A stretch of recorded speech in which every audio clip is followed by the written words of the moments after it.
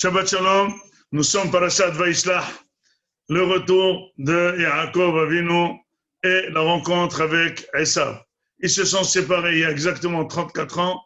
14 ans, il était à la Yeshiva. 20 ans, il était chez Lavan. Il avait 64 ans. Il a aujourd'hui 64 plus 34. C'est facile d'arriver à presque 198 ans. Donc finalement, il revient. Pourquoi il revient? Comment il sait que finalement ça va s'arranger, ça ne va pas s'arranger? Réellement, ça veut dire sur le champ, on sait qu'Akadosh lui a dit de retourner, mais on ne sait pas exactement. Par contre, dans la fin de la paracha de Toldot, Rivka l'a envoyé chez son fils, lui a dit, chez son frère, pardon, il a dit, reste chez mon frère jusqu'à ce que ton frère se calme. Jusqu'à ce que son frère se calme, après tu vas revenir. Et là-bas, il y a marqué dans le pasuk 2 fois. Disent les Mefarshim, c'est pourquoi c'est marqué 2 fois. Et là, Yaakov a demandé à maman, écoute, il n'y a pas de WhatsApp, il n'y a pas de SMS. Comment je vais savoir qu'il s'est calmé? Elle lui a dit, tu verras dans ton cœur. Si jamais toi tu t'es calmé de ta colère, lui aussi il s'est calmé de sa colère. Ça veut dire qu'il y a un sentiment réciproque chez deux personnes qui sont en dispute. Est-ce qu'ils sont prêts au shalom? Souvent un couple on voit qu'ils se disputent et finalement les deux, un pique l'autre et ils font le shalom. Comment ça se fait? Parce que l'un ressent que l'autre il est proche, c'est dans le cœur. Même si on est très loin, je lui dis ça veut dire que si toi tu te calmes et tu vas sentir que ton frère, sa colère s'est apaisée. Comme on explique, il est revenu vers son frère.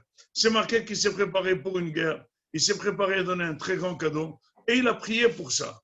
Finalement, la rencontre était que Yaakov Avinu, il s'est prosterné, bien que ça ne justifie pas qu'un grand rave, comme Yaakov Avinu d'un centenaire, il se prosterne devant un rachat. Mais la Gemara dit qu'un rachat, quand il est en haut, au moment voulu, il faut savoir se prosterner pour sauver sa vie. C'est marqué, il s'est prosterné devant son frère 7 fois jusqu'à ce qu'il est arrivé devant son frère.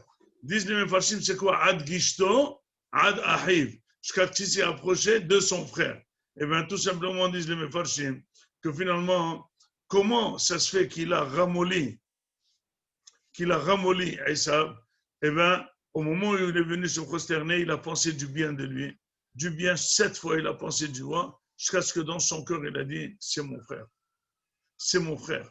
Quoi que je dise, c'est mon frère. Là, il s'est cassé, il a envoyé un coup très dur à Esav. Esav s'est cassé et ils se sont enlacés et se sont embrassés. Pour dire que les grandes colères sont entre les frères et le grand shalom est entre les frères et la différence, elle est petite. Souvent, on voit des frères, des ennemis, mais si on sait racoler les fils, ça devient des vrais frères. Il faut absolument savoir que toute la bracha, elle est dans le shalom. Toute la bracha n'est pas dans la mahloket.